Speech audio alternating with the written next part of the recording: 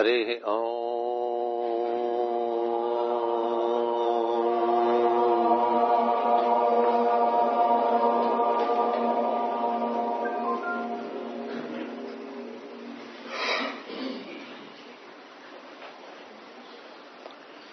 మేధాం మే ఇంద్రో దదాతు మేధాం దేవీ సరస్వతి మేధాం మే అశ్వినావుభౌ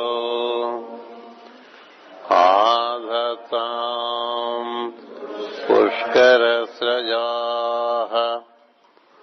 ఆప్యాయంతు మమాంగాని walk ప్రాణశ్చక్షుశ్రోత్రమధు బలమింద్రియాణి చ సర్వాణి సర్వం బ్రహ్మోపనిషదం మాహం బ్రహ్మ నిరాకుర్యాం మా బ్రహ్మ నిరాకరోత్ అనిరాకరణమస్తు అనిరాకరణమస్తు తదాత్మని నిరతేయ ఉపనిషత్సు ధర్మాః తే మయే సంతు ఓం శాంతి శాంతి శాంతి.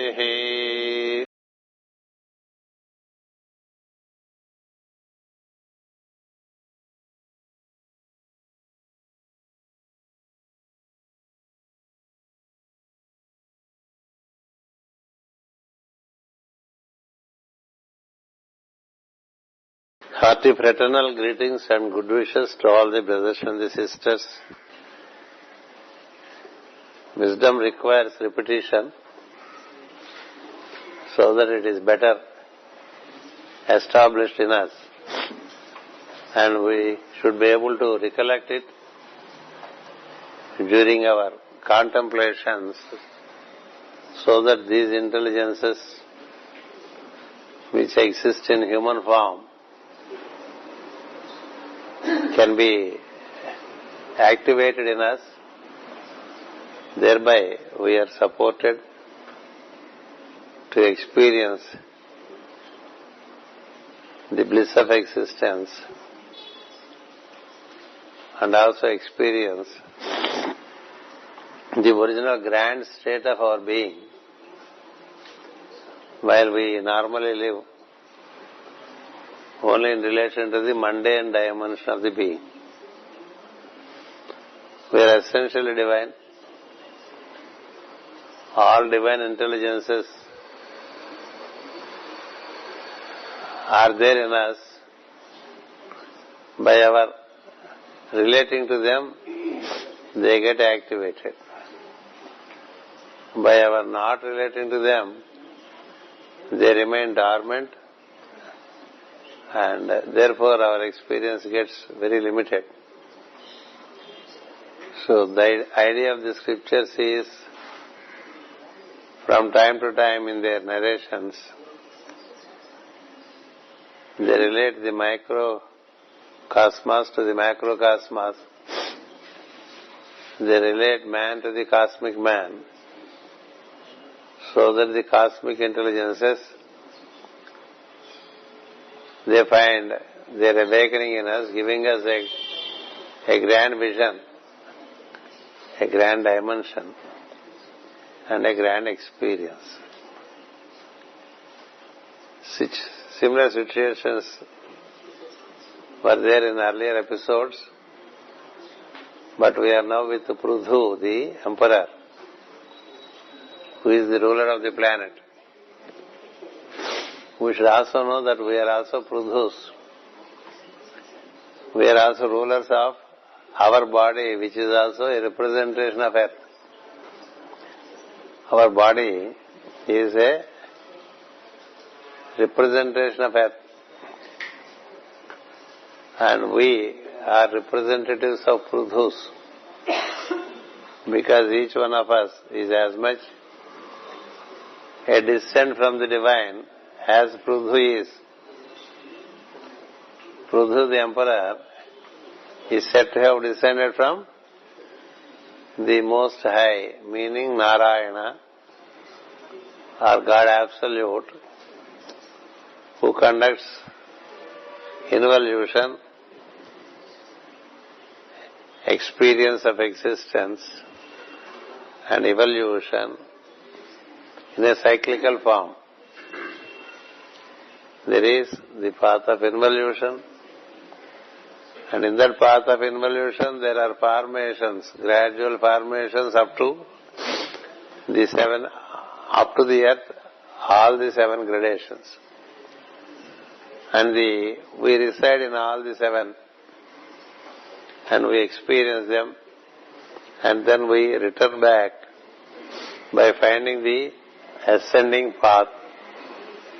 So that's why it is called a path of ascent and descent. Ayana means cyclical movement. Ayana means cyclical movement.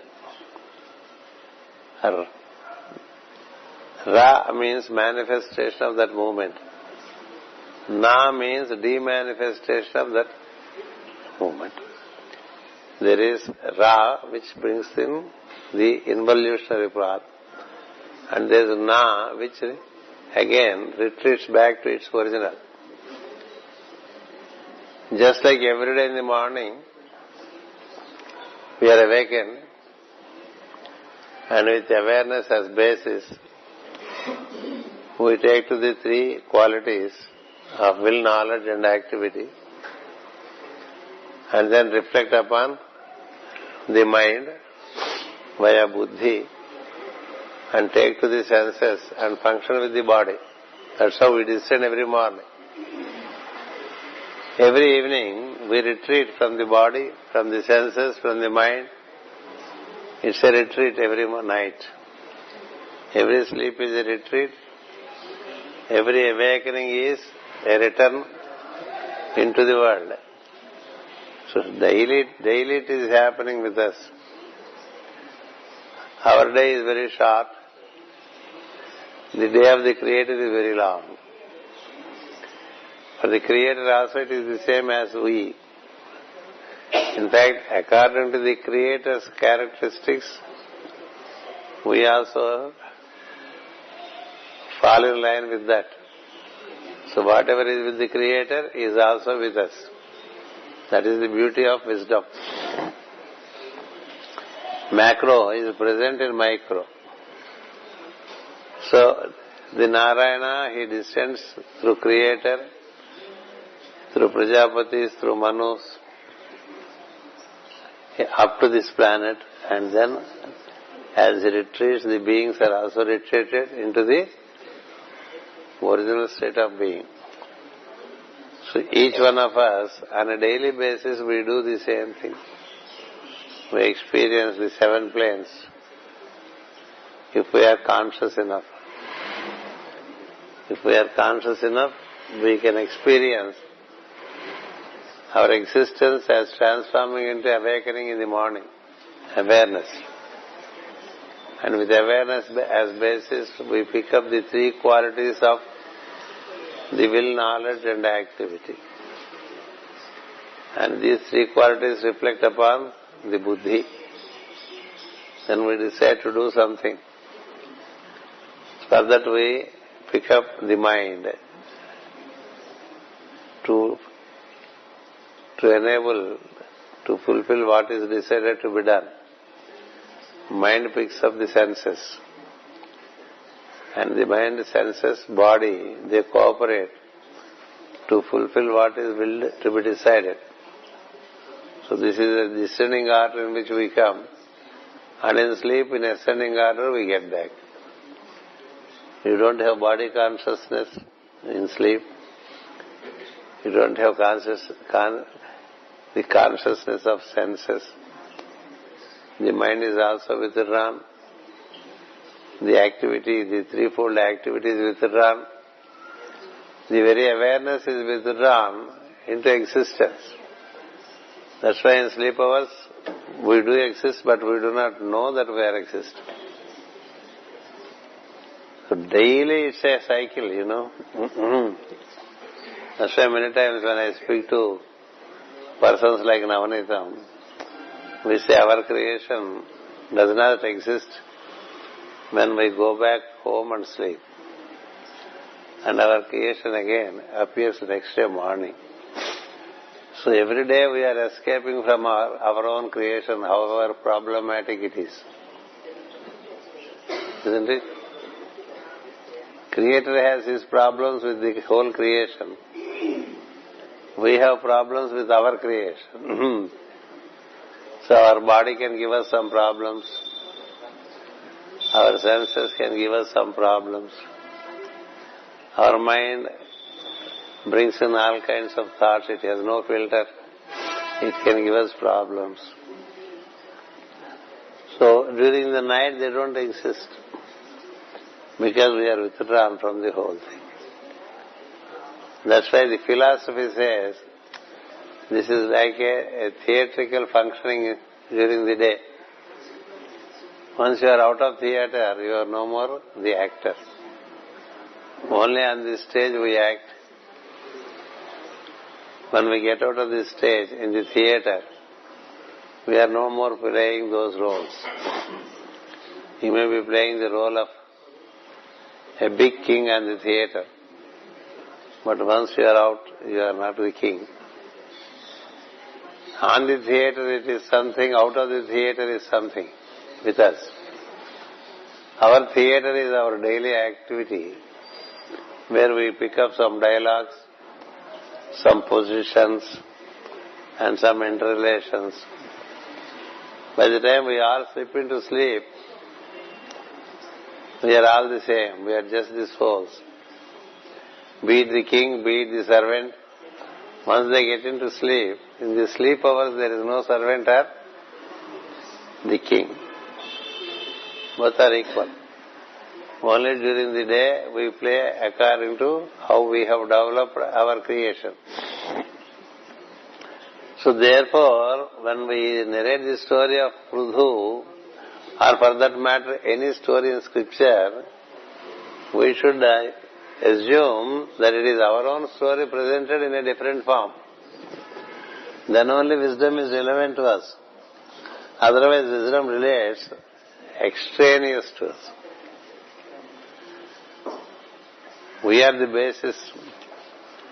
And when we relate, if we study Ramayana, we have to place ourselves in the place of Rama. If we are studying the New Testament, we should place ourselves in the position of Jesus. Likewise, when you study any story, the main character is what you are. And then you realize that much better. So here Prithu's story is no other than our own story. The difference is in Prithu all intelligences got awakened. By relating to the story of Prithu, intelligences in us are also awakened. That's the purpose of studying a story from the scripture. As much as it is awakened in Prithu, so much it should also be awakened in us. That is the reason we say there are about 19 to 20 intelligences which are mentioned here. Elsewhere in Bhagavata, they speak of 52 intelligences. See, as far as we are concerned, we know the planetary principles, their placements in us. The 7 planets and the 7 centers, you can invoke them. Relate to Jupiter, to Sahasrara, Sun to Ajna, Mercury to throat, Venus to heart, Moon to solar plexus, Mars to sacral, Saturn to Mooladhara. This is how we can relate. Likewise, we can also relate the 12 sun signs in us. The top of the head as Aries, the face from brow downwards, brow center downwards, as Taurus, the throat and shoulders as Gemini, the chest as Cancer, the diaphragm as Leo, and then that part between the diaphragm and navel as Virgo, and navel itself as Libra, and the part below the navel up to the genitals as Scorpio, the thighs as Sagittarius, the knees as Capricorn,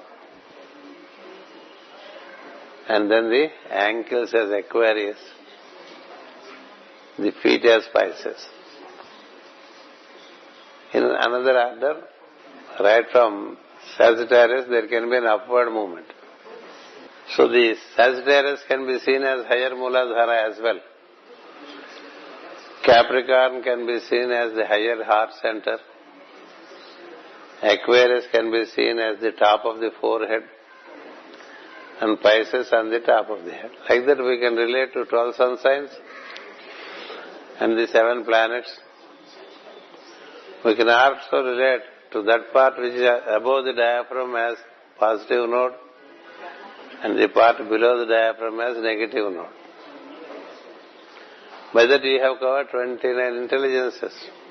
29 intelligences. You can see the right eye as cosmic sun principle, the right eye. The left eye can be seen as the cosmic moon principle. The teeth in the mouth can be seen as these sprouts of wisdom. The roots that you carry within the teeth, they are all roots of wisdom. They are called Vidyankuras in Sanskrit, meaning they are the roots of wisdom. That's why there are roots for the teeth, which we only know when we do some root canal. When we get the root canal done for the teeth, then we realize that there are roots. We should ensure that those roots are kept intact but not killed. Killing the roots is killing the potential of wisdom, according to ancient understanding. They have to be guarded well. The teeth, they guard the roots of wisdom. They are not only for eating food or munching food. They are also the protectors of the roots of the wisdom. The tongue can be seen, the tip of the tongue can be seen as the place where the word exists. Saraswati. The ears can be seen as the intelligences relating to listening. So like that, and the nostrils can be seen as the workplace of the Ashwins with Mitra and Varuna. Ashwins. Mitra and Varuna, the right energy and the left energy, spirit and matter. The mouth can be seen as the place of Varuna because it has the waters in it. It can also be seen as the place of the fire because much fire is expressed, much fire is taken in through the mouth. The entire countenance is seen as the celestial King Indra. So like that there are many correspondences in every part of the body. So if you relate to the counterparts, the cosmic intelligences, if you relate them to us, the planetary intelligences when we relate them to us, all the fire ritual that we do, I have given the correspondences in our body. If you go through the detail of fire ritual, which was already given very, very long ago, you will find All those which are mentioned in the fire ritual, there is a placement to them in our body. When in contemplation, when we relate to them regularly, they get awakened in us. If we don't relate to them, but only brood over what we generally think throughout the day, our problems in relating to people. Joseph is not talking to me, like that I can keep on thinking in meditation.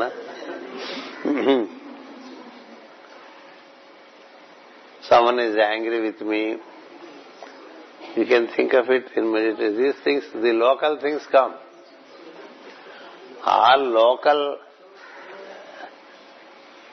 thought plane occupies our mind.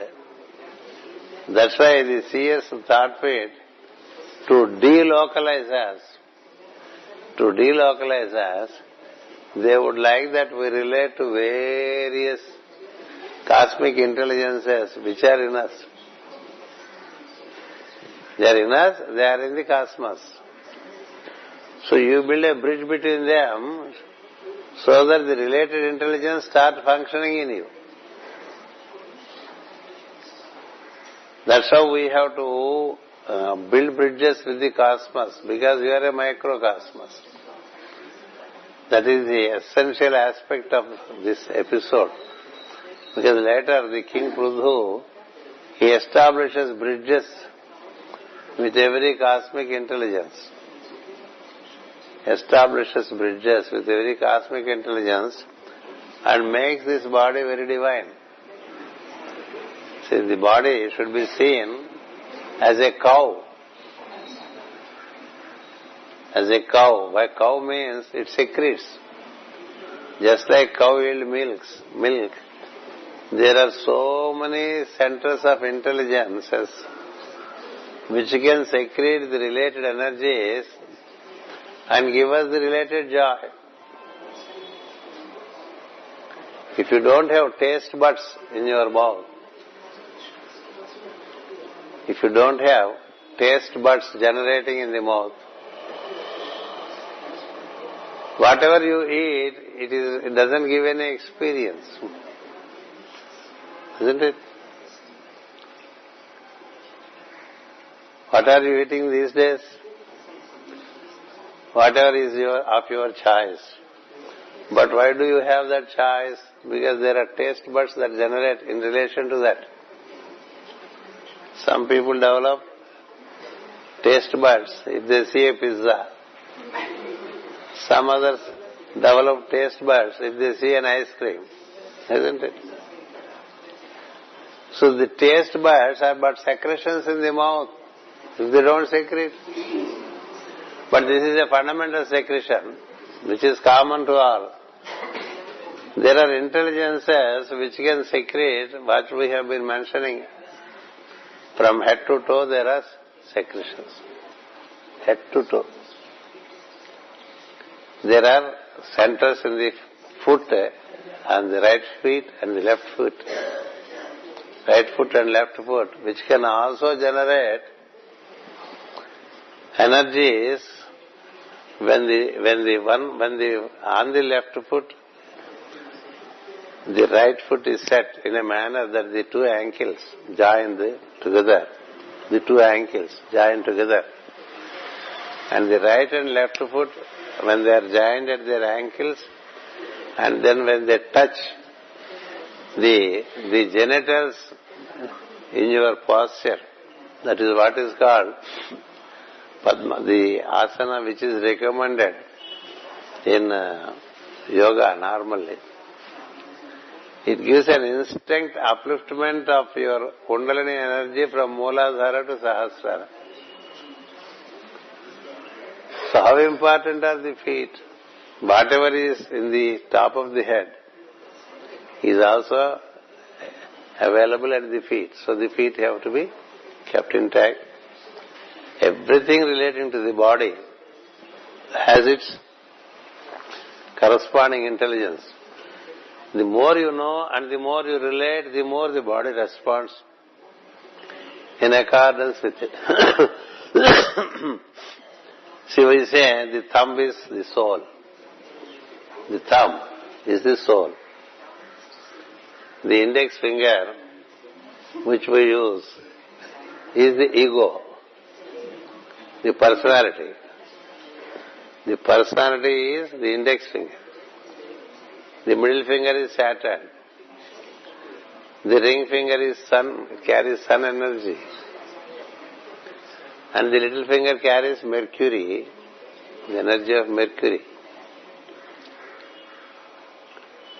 If you see this side of the palm, which is nearer to the thumb, it is all Venus. And the other side is Moon. Like there is Mars on at the side of the palm. There is Jupiter down under the index finger. So all planetary energies are available in the hand, and how careful you should be in using your hand.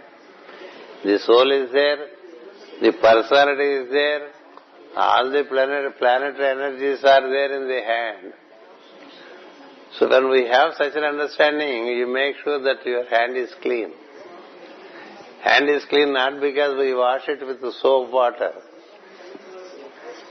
Hand is clean because we do things which are of goodwill. So where are we? See, this is what is needed to be known. See, yesterday when I spoke in the afternoon about the descent of intelligences into Prithu, there was a kind of a fall in comprehension in the group, because it was a first introduction. It was a bit heavy. So therefore today I thought I would introduce again that the entire body has so many intelligences. The head has cosmic intelligences. The upper torso has solar intelligences. The lower torso has planetary intelligences. No jokes. Human body. The cosmic man is in the head. The solar person is in the heart. The planetary person is in the navel. So we are three in one, like the cosmic man. Whatever is with cosmic man is also with us. And this is repeatedly given in the ancient scriptures, so that you relate to it and come out of your petty understanding of your being. Very petty. Muy pequeño. Very small. Our mundane issues, which are very insignificant, we make them very big things and suffocate and suffer in it. అంతే కదా, చిన్న చిన్న పెద్ద పెద్ద చేసుకుని అందులో ఏడుస్తూ ఉంటాం. So therefore there is a saying, people make mountains of molehills.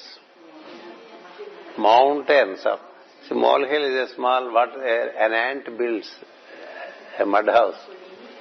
You make a mountain of it and then worry about it. While you are the mountain and all your problems are like mosquitoes and ants. How can this be gained, this knowledge, this stature, when we regularly relate to the cosmic intelligences in the head, to the solar intelligences in the heart, upper torso, and to the planetary intelligences in the lower torso, and to the intelligences of utterance, which is called the word, from throat to tongue. The two luminaries, the moon principle, the sun principle. So this is how we should impose the cosmic man on us. As much we impose the cosmic man on us by relating through the centers, we are cleansed, number one. our stature is expanded, number 2. Our ability to function grows in geometrical proportion, not arithmetical proportion. That is why when the scriptures are written, the initiates present in a manner that we recollect the same intelligences in us as it happened in the case of Prithu. There are about 20 intelligences that are mentioned here. In this whole form of Prithu, 20 intelligences are mentioned. So this is a kind of science of correspondence, we call. Science of correspondence. In Sanskrit it is called Nyasa Vidya. We have to engage with them through relating to them. When you think of your right nostril, as Joseph is touching his nose, it is Pingala energy. You think of the left nostril, it is Ida energy. We should not only think of the nostril and the cold that is filled in it.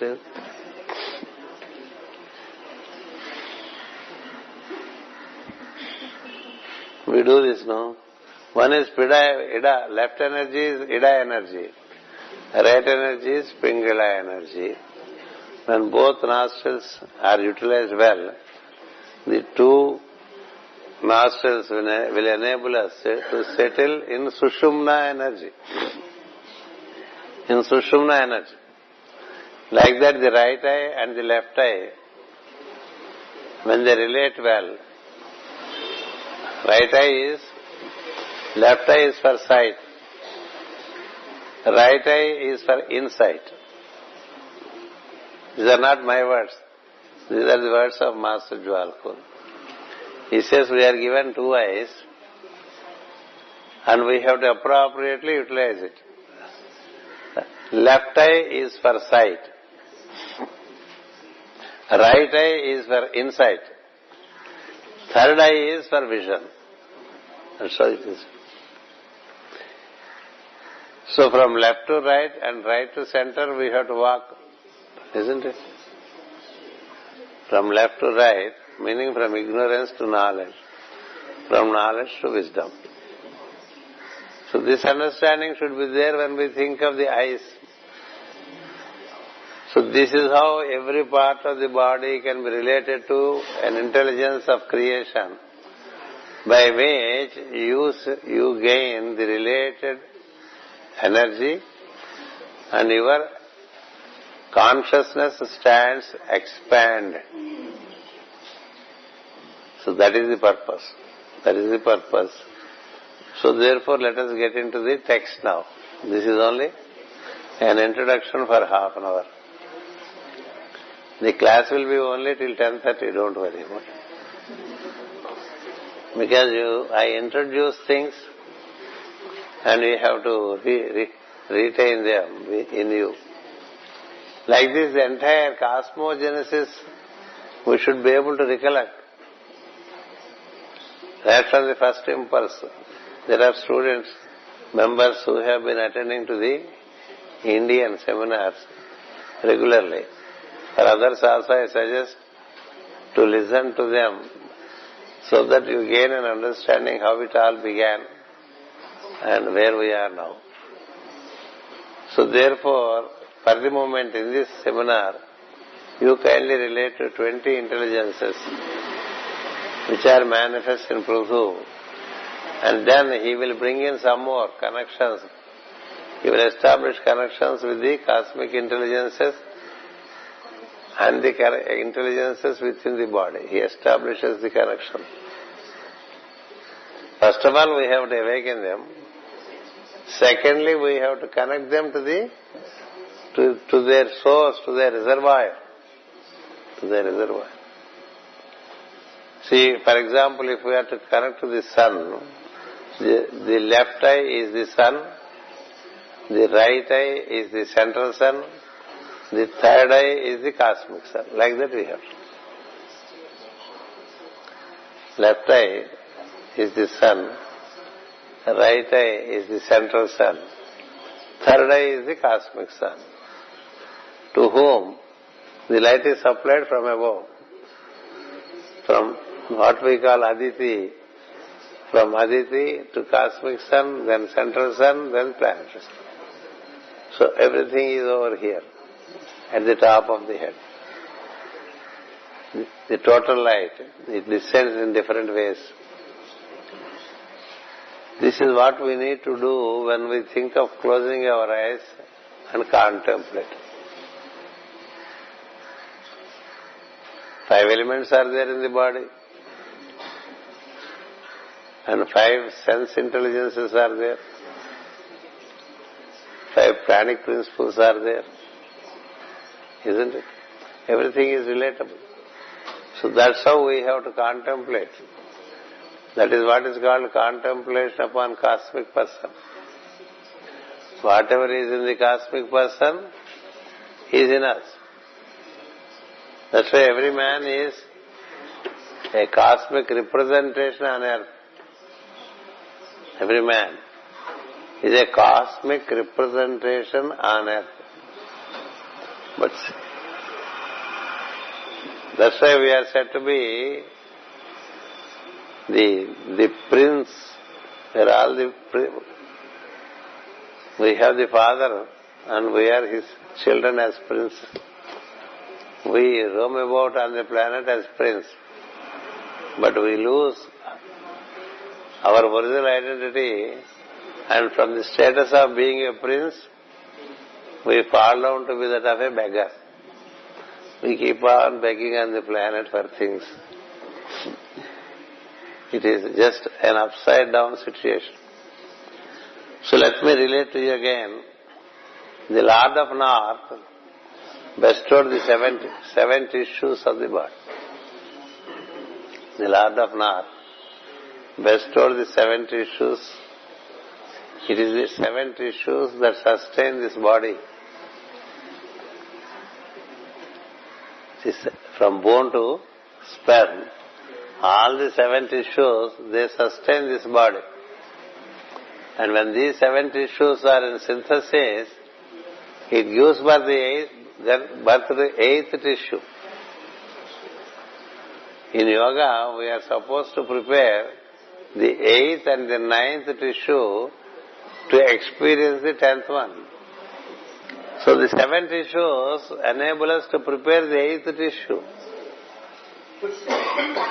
8th tissue will bring in the 9th tissue. That's where you have the 8th tissue itself is a light. The sperm itself is full of fire, which brings the light in the 8th tissue. And in the 9th tissue, it brings the brilliance of light. Brilliance of light. That's why we say Tejas. 9th tissue is called Tejas. 8th tissue is called Ojas. It is all prepared with the help of the 7th tissue, which is the sperm. So if you abuse the sperm, you have lost the opportunity to build the 8th tissue. That is the reason why in yoga they say, be moderate with your sex. It is only meant to procreate children and ensure the continuity of the lineage. Because you are given a body, you have an obligation to give body to others. Therefore, only for that purpose you use the sperm and the ovum. Otherwise, utilize it in yoga to build the 8th tissue. But much waters flow down the bridge, so there is no scope to build the 8th tissue. There is a complaint in the West that in the East they speak too much about abstaining from sex, isn't it? The purpose of abstaining from sex is only when you have a program to develop the 8th tissue in you. When you don't have such a program, it's okay. See, when the waters are flowing in the river, as much water joins the ocean, so much the water is wasted. So much. The water is wasted. What do we do on the rivers? We build dams and we collect the water and direct them into the fields to make them fertile fields and grow fruits, vegetables, flowers, so many things. Isn't it? That is intelligent utilization of waters which are going towards the sea. So likewise in us also the energies flow out through sex. It's okay, sex is not prohibited, but sex has to be moderated. Only for purposes of proffering bodies to incoming souls, not for other purposes. When you do only for that purpose, the energy is available for upward movement, causing the brilliance. The more and more you indulge into sex, the more and more there is a drain to the brain. బుర్రపనిచేది ఎక్కువ పనులు ఉంటాయి. అంతా ఇక్కడికి వచ్చేస్తుంది. అంతే కదా, ఆకాశంబున నుండి శంభుని శిరం అందుండి సుశ్లోకం పైన హిమాద్రి అందుండి భూమి పాతాళం ముంచేరే. There is a song, there is a stanza which says the waters of the sky come down and fall upon the Mount Kailash. From there they flow through the Himalayas, and from Himalayas to the plains of the land, and from plains they go to join the sea. As much water goes to the sea, so much the water is wasted. As much water is retained to cultivate the fields, the water is well utilized. So the vitality of the body is taken care of when the energies are used for yoga purposes. That's why a yogi is said to be a man with great vitality. Great vitality. From one place to another place, he can just walk. He doesn't need a vehicle, an automobile, or a motorbike.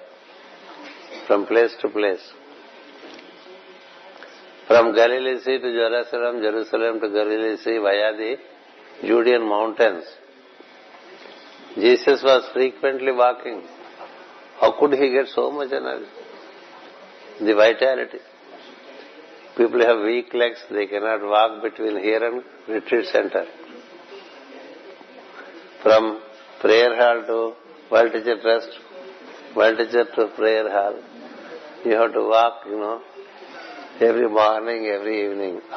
This is boring. This is because there is no vitality in us. So the 7 tissues are bestowed by the Lord of the North. When you build the 8th tissue, it is like you are reversing the process. 9th tissue, you gain the brilliance. 10th tissue, you are into bliss of existence. That's how it is. So the 7 tissues are there with us. Do we remember when we do contemplation that we have 7 tissues in the body? We don't care. We have the sperm. We have the flow of awareness through the nadi system. We have the blood flowing through the blood vessels. We have the muscles. We have the bones. We have the bone marrow. And we have the skin. In all this, what is it that is entering? This is inko case manaki. What is it that only one energy transforming, detailing into 7 different states of energy up to the bone. The bone is the grossest thing. The sperm is the finest thing. So in the downward journey, from subtle to gross things form. in the upward journey from gross to subtle things. So when we preserve the energies of primary nature, nearly the spermatozoa, then you stand the chance of building the eighth tissue.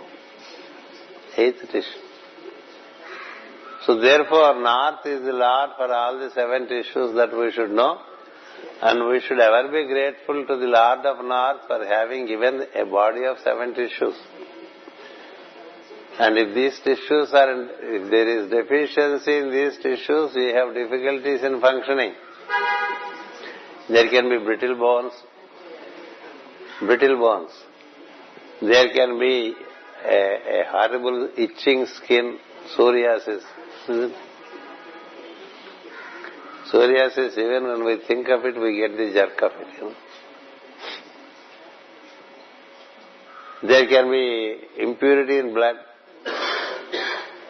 There can be improper flow of the awareness. There can be weak muscles. Anything is possible. So if you relate to the North, Lord of North, and be thankful to Him, it is one way of ensuring that the 7 tissues take their formations in due order. That's how you have to relate. This relating is important. So He provided the seat for the being. See, for the incarnating being, what is the seat? The body is the seat. How is the body prepared? With the help of the 7 tissues. So this understanding helps us to relate to the 7 tissues by relating to the Lord of North. It is from subtle to gross He manifests. Subtle to gross. Then the second one we speak of is the brilliance of the brains. The brilliance of the brains, which is governed by the cosmic intelligence Varuna. It holds the absolute God in various cells of the brain and keep it brilliant, and it is the presiding intelligence which enables functioning of all other intelligence. So it is said that Varuna has given a white umbrella. The white umbrella is within the skull. If you see the brain with its 2 parts, it's like an umbrella. So mystically, the scripture says, Varuna gave white umbrella to the King Prithu. So by that you don't learn anything unless you decode it. So normally we use black umbrellas, Normally we use black umbrellas. But in the scripture they speak of white umbrella. The white umbrella is the light in the head, which permeates the entire right and left brains. Okay? That is the second. It is given by Varuna. So we should relate in our contemplation to the brilliant light, a web of light in the head. A web of light in the head. That's how we have to visualize. Then the Prithu, the emperor, is put to regular fanning so that he does not sweat. That's how it is given. See, all kings have people who fan them, from the right, from the left. They keep on fanning them. Why? Because in tropics, you get sweating. You sweat a lot. So therefore, poetically it is said that each one of us carry our fans, and that fan is nothing but the left and right movement of air through our nostrils. The left and right movement of air in our nostrils, which are considered as the fanning within the system. This fanning helps purifying the blood. This fanning helps purifying the blood. And then the Lord of Law, Dharma. The Lord of Law He has given a garland of the laws. Garland of the laws. The garland, in the Eastern scriptures, whenever they speak of a garland, remember that the flowers are from Sahasrara to Mooladhara. From Sahasrara to Mooladhara, there are lotuses. The lotuses, when they are all connected, they look like a garland. Meaning, all the lotuses are well joined. That's why we set so many garlands. People, when they relate to a garland, they should instantly relate to the garland within. Seldom people do it. We decorate the deities with garlands only with an intention that the garland in us is well formed. Well formed. That is the profound significance of it. So he was given the laws relating to all the 7 centers, meaning the 7 planes of existence. When the Lord of Law, if he says, the scripture says, it has given a garland to the King Prithu, meaning the 7 centers are well connected and the flowers are well unfolded. When the 7 centers, which are normally chakras, when they transform themselves into lotuses, not only they are transformed into lotuses, they are all interconnected. Then you know the laws relating to each plane. The physical plane law is one. The emotional plane, vital plane law is another. The mental plane still another. Buddhic plane yet another. Like that, the 7 planes have 7 different laws to relate to. That's why there are 7 judges, The 7 judges preside over the 7 centers to see if one has followed the law or did not follow the law. So it's all about the law. So 4 intelligences, the Lord of North, Varuna, and Vayu, the air who gave us the ability to breathe in and breathe out. And then the garland of flowers, which contain the laws relating to the 7 planes. And then there is Indra, meaning the King Celestial who presides over our sensorium. Indra means he is the counterpart of the Lord.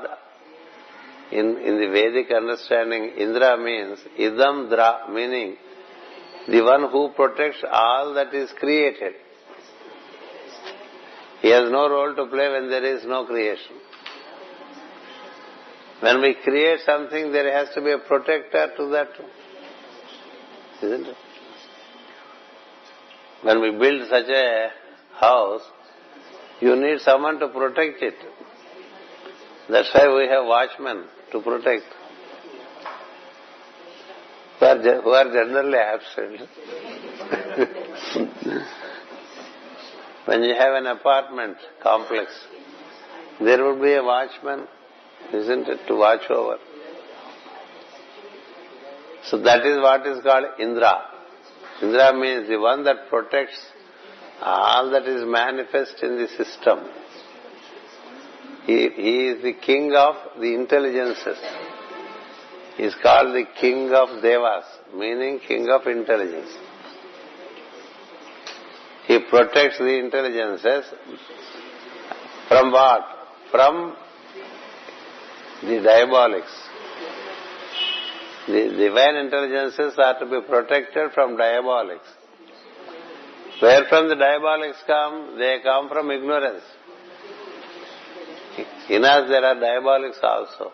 In fact, there are many. As much ignorance as we carry, so much diabolism prevails in us. as much knowledge we adopt to in our daily life, so much the divine intelligences are at work. Because in creation they are diabolics.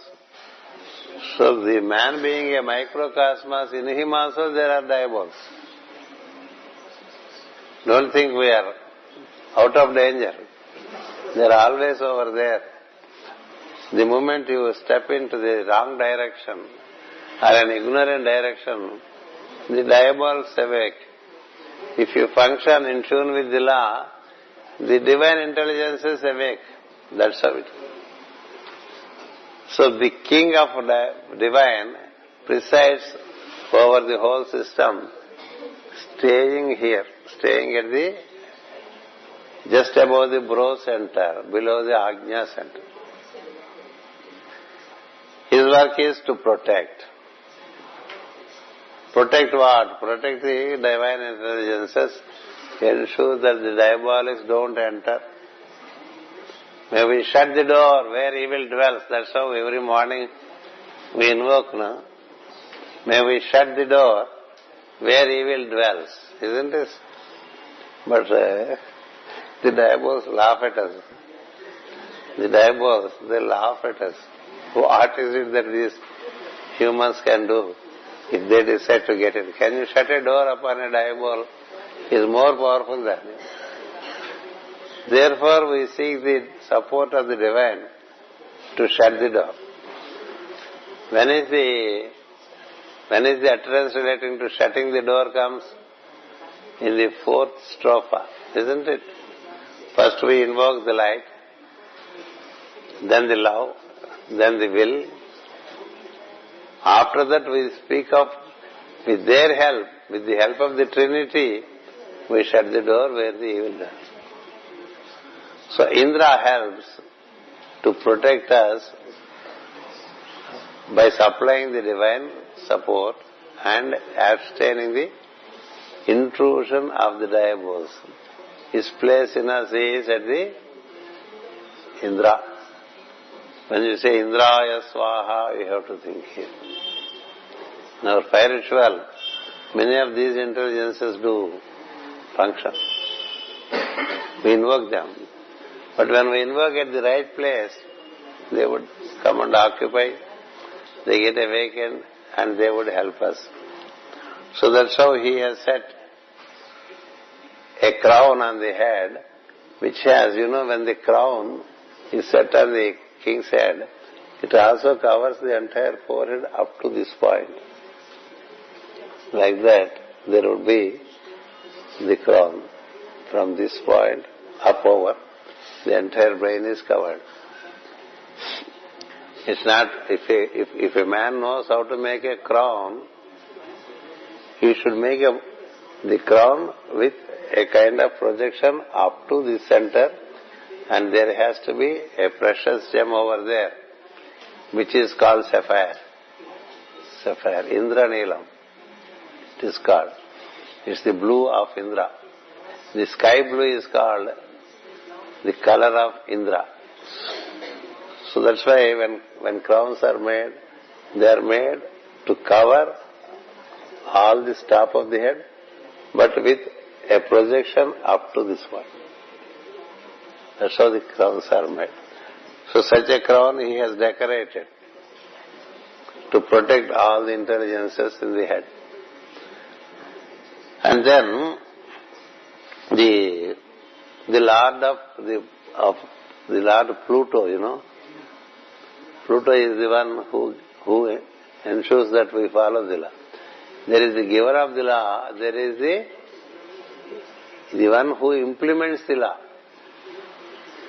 The law is given, but someone has to implement it. The agents of implementing the law are this Saturn and Pluto. Saturn and Pluto, the cosmic intelligence relating to that is called Yama. He permeates the entire column. He permeates the entire column. When we have built the spinal column with complete light, it means we hold the rod of law. The rod of law. So that rod of law is what is given by the Lord of Pluto, who is called Yama, the cosmic regulator. There is a law giver and there is a regulator. See, law is given by Jupiter. The regulation comes from Saturn. Jupiter, the teacher, he tells us how we have to be, how we have to function. He is not punitive. But Saturn is the teacher who shows the law. See, in our olden days, I don't know in your case, we used to have teachers in the school with a baton on the table. If someone is making noise, he will go and hit him. That was the old system, isn't it? What is that? To set him into order. So, Yama, the Lord of Pluto, if he is pleased with you, your entire column functions as the rod of the ruling rod of the king. Same rod an initiate also has. That's why they hold outside also a rod. And when the Aaron's rod is the hand of Moses, it does all kinds of acts, supernatural acts, because he has mastered the regulation relating to the law. Aaron's rod.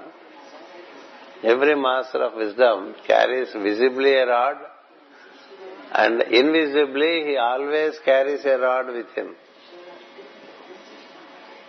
Invisibly he always carries a rod with him. And then the Creator has given the knowledge relating to existence, awareness, activity,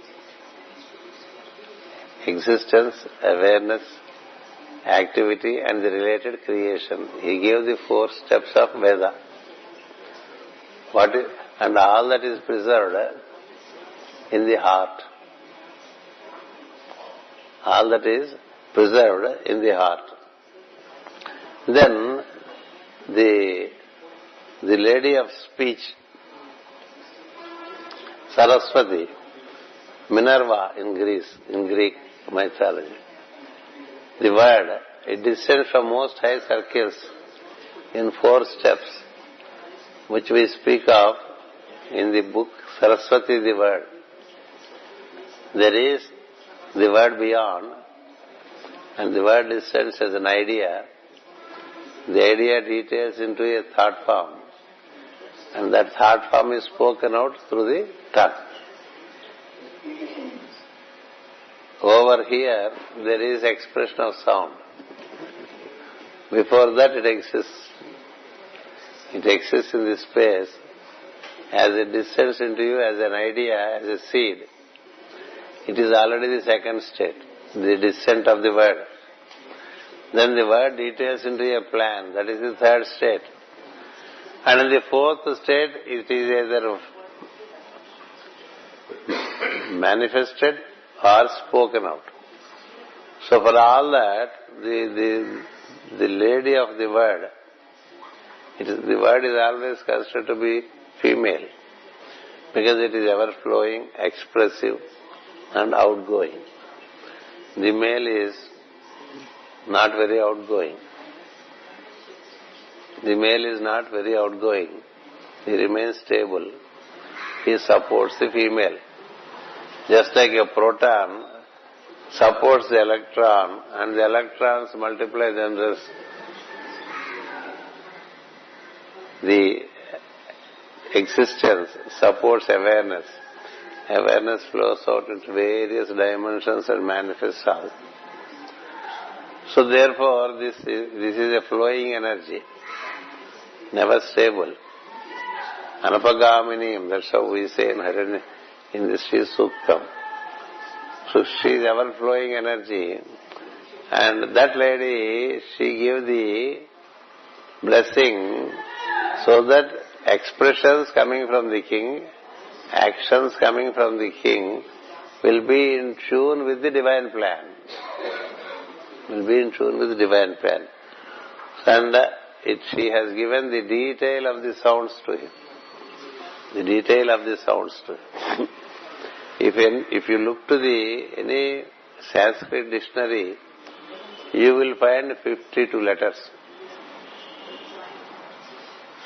So it's a garland of 52 letters. 16 are vowels.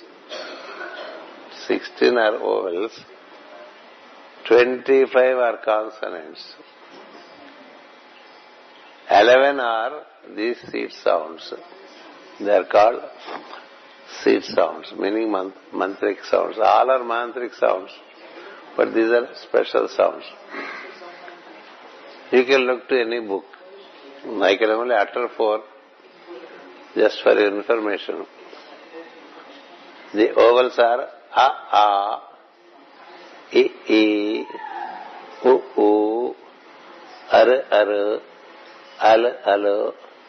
A, I, O, Au. That's how there are 60 letters. Amaha. 16 vowels are there. And then there are 25 consonants. There are 5 variations of ka. Ka, kha, ga, gha, inya. Ka, ga, inya. Cha, ja, ini. Ta, da, na. Ta, da, na. Pa, ba, ma. These are all the 25 consonants. Ka, cha, ta, pa are the categories of consonants. Ka, you utter at the beginning of the gutters. Vowels are uttered at the throat. A, I, O, A, all these vowels. A, I, U. You don't need the mouth. A, I, U, E, I, O, aha, like this. Just the throat. Then come the 2 jaws from where ka comes at the innermost part of the mouth. Gutter as we call it. Cha is at the palate. So that's why if you say ka, kha, ga, gha, nya, they are all in the beginning of the throat, the mouth. Cha is already in the palate. Cha, ja, ini. Ta, when you say ta, it is already further out. Ta is at the gums. At the gums. Ta, da, na. You can see, you can enter when you say ta, where does your tongue touch? Ta. It touches the gums. Then if you say ta is already with the dentals. Ta, da, na. If you say pa, they are with the lips, labials. That's how Sanskrit language is arranged from within to without. From within to without it is arranged. The vowels are at the throat. The consonants are at the mouth in a regular order. From the beginning of the palates to the lips. Ka, kha, ga, inya. Cha, ja, ini. Ta, da, na. Ta, da, na. If you don't have teeth, you cannot say ta. If you lose your frontal teeth, you cannot say ta. And pa, ba, ma, labials. So this arrangement of from within to without, from subtle to gross, that's the beauty of this language. It is in tune with creation. It is in tune with creation. Then there are 11 special sounds. They are all called ya. There is a sound yam. Yam, Ya, Ra, La, Va, Se, Sha, Sa, Ha, La, Sha, and R. It's called Bandira. Bandira anta. Bandira ante R. It's a trill. So these are all seed sounds which are with these 11, 25 and 16. If you add up, you get to 52 letters. This arrangement, when all these 52 letters, they exist in the petals relating to our chakras. They are there in the petals relating to our chakras, our padmas, our lotuses. See, if you see any book on chakras, they speak of all these letters. All these letters. 52 letters. That's why the mother, Saraswati, has 52 centers in the body. That's how it is. Panchashat Peetha Rupini ante ardham adita. In all the 15 petals, when the 52 sounds, when they are active, you are completely filled with knowledge. That's the beauty of it. For further detail, you kindly refer to any etymological Sanskrit dictionary. And they are all available now these days. So that's how he was bestowed with that kind of... That means all those intelligences are in us also. Please remember. See, when we speak of Mooladhara in the books, they say Sam, Sham, Sham, Ham, like that. When it comes to heart, many times I informed you, Ka, Kha, Ga, Gha, Inya, Cha, Cha, Ja, Ja, Ini, Ta, Ta. From Ka to Ta, 12 sounds exist in the 12-petaled lotus of the heart. That's why Katha Upanishad means a Upanishad that speaks of the impact of the 12 sounds from Ka to Ta. Katha Upanishad, everyone says. Katha Upanishad means there are 12 letters from Ka to Ta. And these 12 letters awaken, these 12 sounds awaken the 12 petals of the heart lotus. That's why it is called Katha Upanishad.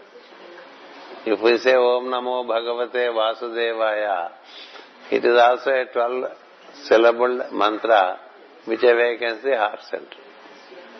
It's a knowledge by itself. This the letters and the related sounds and their placement in the body is a knowledge by itself.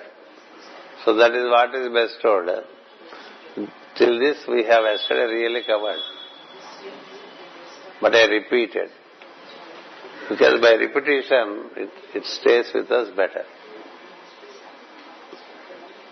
See, when you look in, when we look in and we look to these intelligences in us, we get engaged for long hours. Otherwise, as we close the eyes, we are compelled to open the eyes because the local thoughts prevail and the local thoughts push you into objectivity, so you open the eyes. This kind of contemplations you can think of, as I said, about the planets, about the sun signs, about all cosmic intelligences. Keep on relating to them in you, in the related centers. That is a major work of discipleship in contemplations. That's how it has to be. So then came Sudarshana, meaning the wheel of good vision. The Lord, he is a descent of Narayana. Narayana exists in the creation as the second logos, Vishnu, who holds the wheel of time. So when you get the wheel of time, you get the knowledge of time. The knowledge of time, when you have a good vision of things. Isn't it?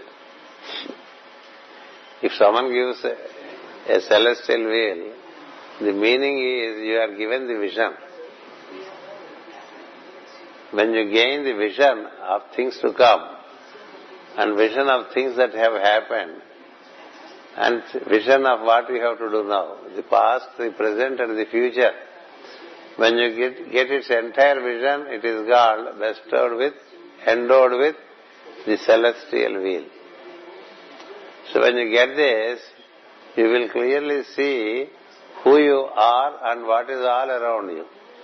You see whom you see, what is all around you. This is how the eighth intelligence is endowed. Eighth intelligence. Till now we covered 8 intelligences. You can count Kumara, the Lord of North, Varuna, the one who gave us the umbrella, which is in the light in the head, in the brains. And then Vayu, the air, that gives the pranic principle of inhalation and exhalation and pulsation. And then there is the Lord of Law, who gave us the law. And then we have Indra, who gave us the ability to protect what is given. Not all can protect what is given. That one. And then we have Yama, the 6th one, who ensures that the law is followed. And then Creator, who gave us the knowledge of fourfold existence. And then the Lady Saraswati, who gave the knowledge of the sounds. And 1 is Kumara, 2 is Varuna, 3 is Vayu, 4 is the Lord of Law, 4th is Lord of Law, 5th is Indra, 6th is Yama, the Lord of Regulation, 7th is Brahma, 8th is Saraswati, and 9th is the ability to speak, which only humans have, which is also comes from Saraswati. Then 10th comes from Vishnu, the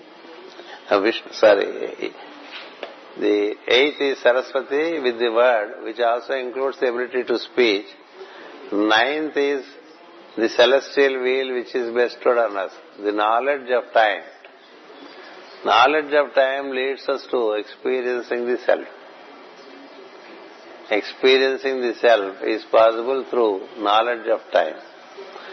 And then 10th one, it is said that you are given by the Lord Shiva. In the scripture it is called Shiva. We say it is the cosmic will. The cosmic will exists in us as the discriminative will. Cosmic will functions in us as a discriminative will, meaning it tells what we are to do. So generally we go by what we want to do. Generally we go by what we want to do. But if you have the will of the Lord, the will of the Lord is expressed as the crescent moon on the head of the Lord Shiva in the Puranic symbolism. That is what we call the discriminative will. It can dissect in a given situation. It can dissect what is to be done. In a situation, what is to be done is what is called the ability to discriminate. It is like a sword which can divide between what is to be done and what is not to be done. So that's why the scripture says the Lord of Crescent Moon gave a sword which enables you to discriminate and do what is to be done. To discriminate and ensure that what is to be done. That's why if you worship upon Lord Vishnu, Lord Shiva, when there is a crescent moon here, you should know this crescent moon is what he bestows on us when we relate to Shiva's crescent moon, which gives us the ability to discriminate between the permanent and impermanent, between the desire and the duty, between what is to be done and what is not to be done. The discrimination only humans have. Animals don't have it. No other species has it. The humans have the discriminative, which is number 10. And then the lady of the cosmic will, whom we call the mother, Parvathi, she gave a shield that protects, a shield that protects the, it's a round shield with which you defend, That disc, you may be seeing the movie Captain America. There he always uses it. He always uses. So these are all symbolic. These kings, when they fight, they have a sword. They have also a shield to protect. This protective shield, which is very circular, is said to be the disk of lunar dimension. Lunar dimension. There is a way to see how long you would be protected. You are protected by your longevity. Isn't it? The whole body with which you function, it has a time dimension. It has a time dimension. Beyond a point, we cannot hold on to this. So the holding of the shield is the time span for which you hold this body,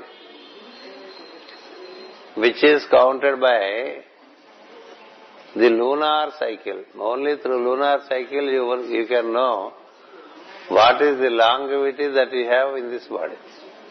The Ayush. The Ayush. Ayush means longevity, the span of life. The span of life relating to the body, if you know how long you are going to be in this body, you can finish your jobs before the body collapses. Isn't it? Is it not a big knowledge? If we know when we depart from this body, or when the body collapses, you would accordingly plan your actions to complete them before you depart. This knowledge comes through your understanding of moon cycles. Your understanding of moon cycles. For that, the lunar-based astrology is very important.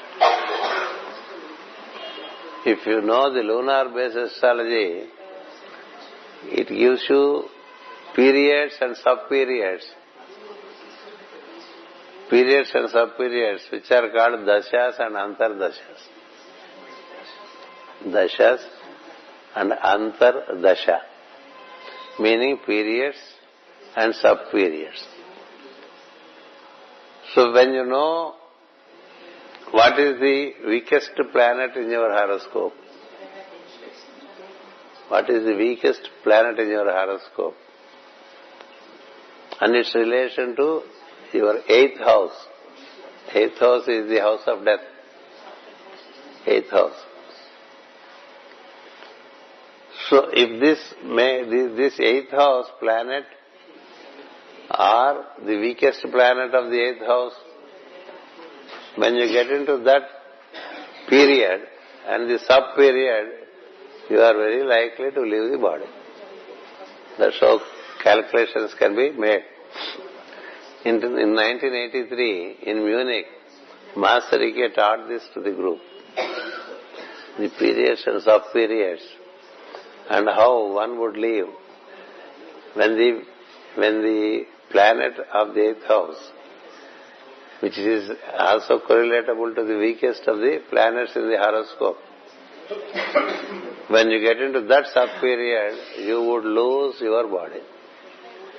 So he also said, if you want, you can give me any person's birthday. I will make a chart, prepare dashas and antardashas, meaning periods and sub-periods, and tell you when you would die.